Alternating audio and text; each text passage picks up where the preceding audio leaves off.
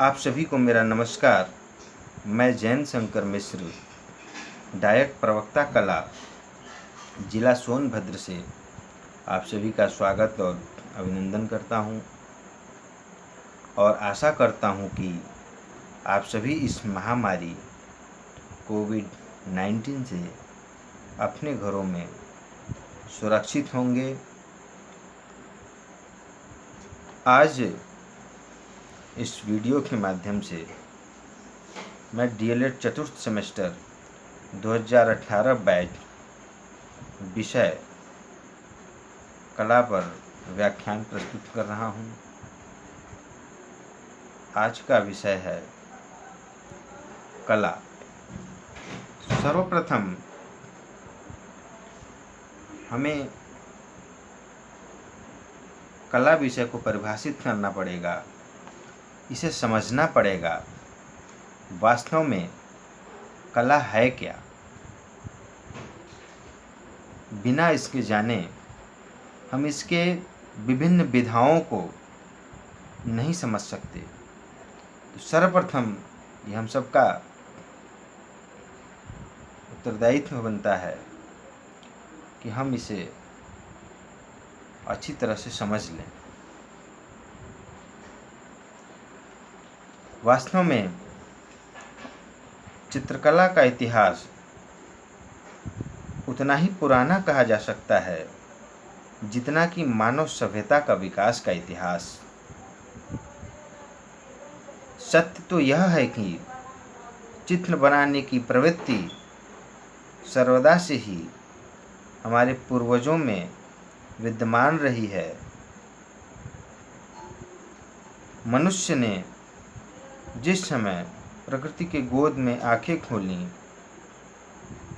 उस समय से ही उसने अपनी मूक भावनाओं को अपनी तूलिका द्वारा टेढ़ी मेढ़ी रेखाओं के माध्यम से गुफाओं और चट्टानों की भित्तियों पर अंकित कर अभिव्यक्त किया है। यहाँ अभिव्यक्ति का माध्यम उनके मन स्थिति से है। उनके जीवन की कोमल भावनाएं तथा संघर्षमय जीवन की सजीव झांकियां उसकी तत्कालीन कलाकृतियों में आज भी सुरक्षित है। अपना सांस्कृतिक विकास करने के लिए मानव ने जिन साधनों को अपनाया, उनमें चित्रकला भी एक साधन थी। भारतीय चित्रकला का उद्गम भी प्रागैतिहासिक काल से माना जाता है। समय के साथ साथ ज्यों-ज्यों मानव ने विकास किया, भारत ने यह कला भी अपने चरमोत्कर्ष को प्राप्त करती रही। वस्तुतः भारतीय चित्रकला की प्रधानता को अनेक विद्वानों ने स्वीकार किया है तथा विश्व में उसकी एक विशिष्ट पहचान बनी है।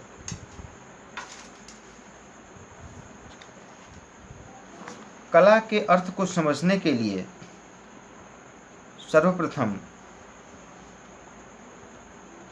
हमें यह ज्ञात होना चाहिए कि शब्द का सबसे प्रथम प्रयोग कब, कहाँ, कैसे हुआ है। कला शब्द का प्रथम प्रयोग ऋग्वेद में हुआ है। कला शब्द कट धातु से बना है। यह संस्कृत भाषा का शब्द है। वास्तव में भारतीय कला एक दर्शन है। इसका अर्थ है सुंदर, मधुर, कोमल, सुख देने वाला अथवा कौशल से है। मनुष्य की रचना जो उसके जीवन में आनंद प्रदान करती है, कला कहलाती है। कला शब्द का प्रयोग यथार्थवादी रूप से भरत मुनि ने अपने नाट्यशास्त्र में प्रथम शताब्दी ईस्वी में किया था। न तज्ज्ञानम न तच्छिल्पम न साविधा न स कला, अर्थात ऐसा कोई ज्ञान नहीं, शिल्प नहीं, विद्या नहीं, विषय नहीं जिसमें कला न हो।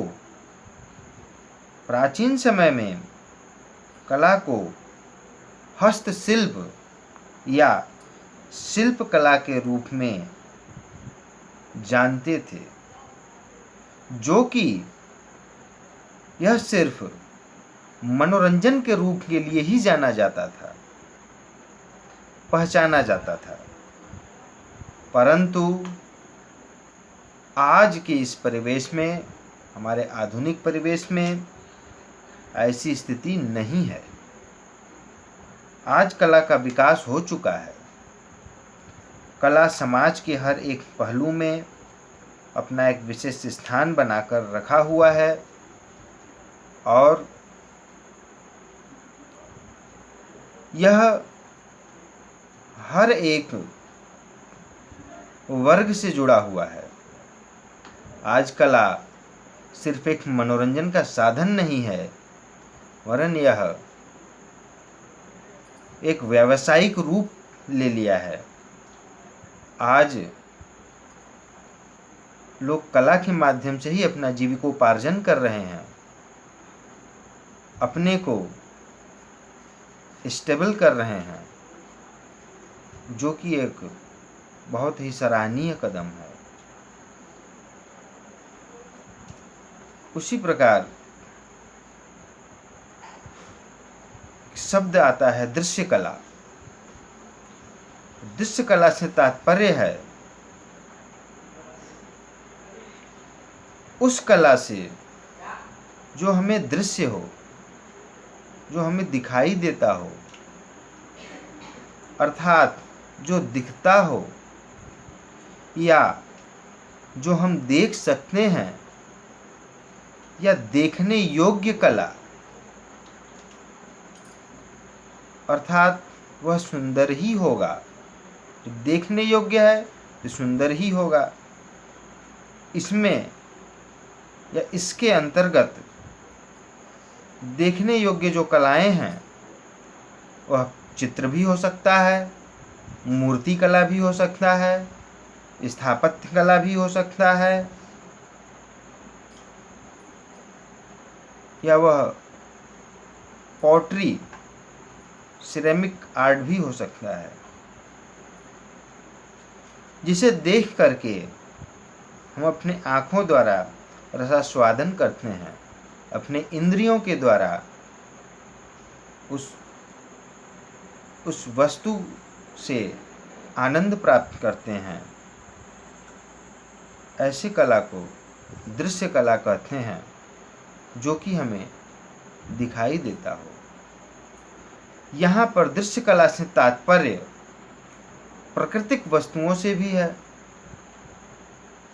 प्राकृतिक वस्तुओं से भी है, जैसे पेड़, प्रकृति में उपस्थित हमारे पेड़ पौधे, नदियाँ, झरने, पर्वत, समुद्र आदि। यह सब प्राकृतिक साधन है, जो कि हम अपने कला में इसका अनुकरण करते हैं, हम वैसा बनाने का एक प्रयास करते हैं। इसको दृश्य चित्र कहा जाता है। दृश्य चित्र का अर्थ होता है जैसा हमें दिखाई दे रहा है वैसा हूबहू बनाना। इसको हम दृश्य चित्र कहते हैं या दृश्य कला कहते हैं। यहाँ इस वीडियो के माध्यम से मैं आज दो चीज़ों को स्पष्ट कर देना चाहता हूँ। आज मैं कला के ऊपर आपको बताया और दूसरा दृश्य कला के ऊपर। यह दो चीज़ें इम्पॉर्टेंट हैं।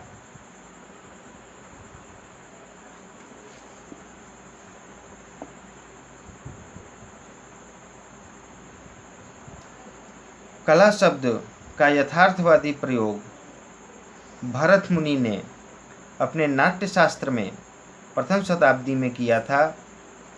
उन्होंने पहली बार इसका प्रयोग किया था और प्राचीन वाङ्मयों से भी यह पता चलता है कि इसका प्रयोग सर्वप्रथम प्रयोग ऋग्वेद में भी हुआ था।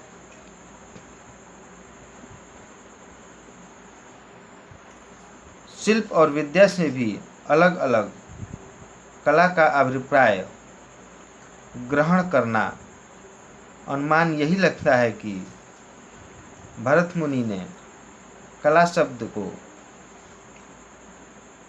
ललित कला के निकट रखा है।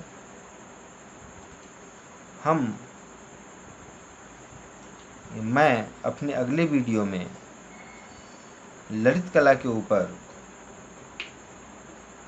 एक व्याख्यान प्रस्तुत करूंगा। आज के वीडियो में सिर्फ कला और दृश्य कला के ही ऊपर बात हो रही है। कला से तात्पर्य हमारे भारतीय रूप में सत्यम शिवम सुंदरम से है। सत्य ही शिव है, शिव ही सुंदर है, और जो सुंदर है उसी में कला विद्यमान है। इसीलिए हमारे भारतीय दर्शन में कला को सत्यम शिवम सुंदरम के रूप में देखा गया है। कला में एक चित्रकार कला के माध्यम से अपनी मनोभावनाओं को व्यक्त करता है, अपने मन में स्थित किसी भी संवेदना या वेदना को व्यक्त करता है। यह भी हो सकता है कि वह यथार्थवादी हो, यह भी हो सकता है कि वह कल्पना के ऊपर हो। यह चित्रकार के ऊपर निर्भर करता है कि वह किस सब्जेक्ट को अपने चित्रण का आधार बनाया है। उस चित्रकार का सब्जेक्ट जो उसका विषय है वह उसके ऊपर निर्भर करता है कि वह क्या लिख के चलता है। समाज में जो घटित घटनाएं हैं उसको लेकर के भी वह चलता है। एक तरह से हम कह सकते हैं कि कलाकार समाज का एक आईना होता है। वह अपने चित्रों के माध्यम से समाज को आईना दिखाने का कार्य करता है। समाज को यह भी दिखाता है कि कहाँ पे वह गलत कर रहा है, और समाज को अपने चित्रों के माध्यम से प्रोत्साहित भी करता है। जहाँ पे समाज अच्छे कार्य करता है वहाँ पे वो अपने चित्रों के माध्यम से उसको प्रोत्साहित भी करता है। तो आज हम कला शब्द से परिचित हुए। वास्तव में मैं एक बार फिर से दोहराना चाहता हूँ, वास्तव में कला शब्द का सर्वप्रथम प्रयोग ऋग्वेद में हुआ। यह कट धातु से बना हुआ है। यह संस्कृत भाषा का शब्द है और प्राचीन समय में कला को सिर्फ एक मनोरंजन के दृष्टिकोण से देखा जाता था। कला को सिर्फ एक हस्त कौशल के रूप में देखा जाता था, परंतु आज ऐसी स्थिति नहीं है। आज कला एक व्यावसायिक स्थिति को प्राप्त हो गया है। कला व्यवसाय का एक माध्यम बन चुका है। वास्तव में अगर देखा जाए तो जीवन के विभिन्न क्षणों में, विभिन्न पहलुओं में, विभिन्न स्थितियों में कला का समावेश होता है। कला शब्द जिस प्रकार हमारे जीवन से जुड़ा हुआ है, हमारे समाज में कला को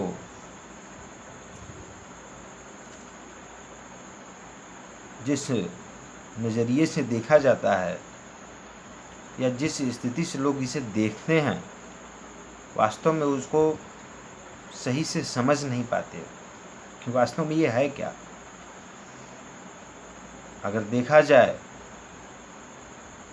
तो ये हमारे दैनिक कार्य में, रोज़मर्रा की ज़िंदगी में कला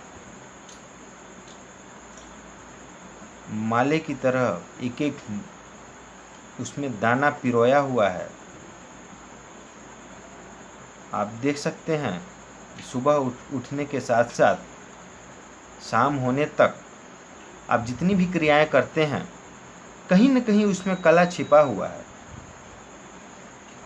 फ़र्क ये है कि हम उसे पहचान सकें, और हमें उसे पहचानना पड़ेगा अपनी लाइफ स्टाइल सुधारने के लिए, इस समाज को सुधारने के लिए, व्यक्तिगत रूप से सुधरने के लिए हमें उस पर ध्यान देना पड़ेगा।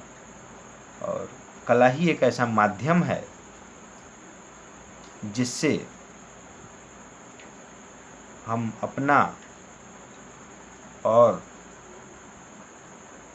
इस पूरे समाज का विकास कर सकते हैं। जैसे कि मैं एक उदाहरण देता हूँ, वास्तव में कला में इसके बहुत सारे विधा हैं,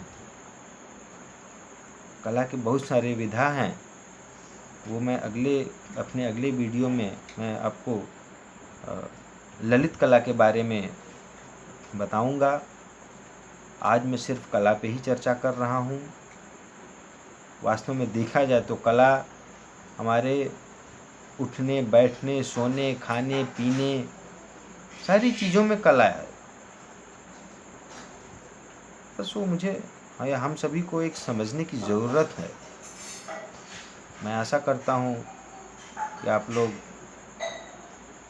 कला शब्द को समझ गए होंगे, और इसी के साथ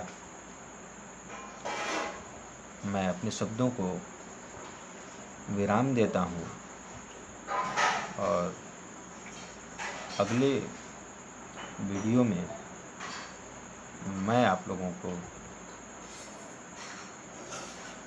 कला का वर्गीकरण करके ललित कला के बारे में बताऊंगा। धन्यवाद।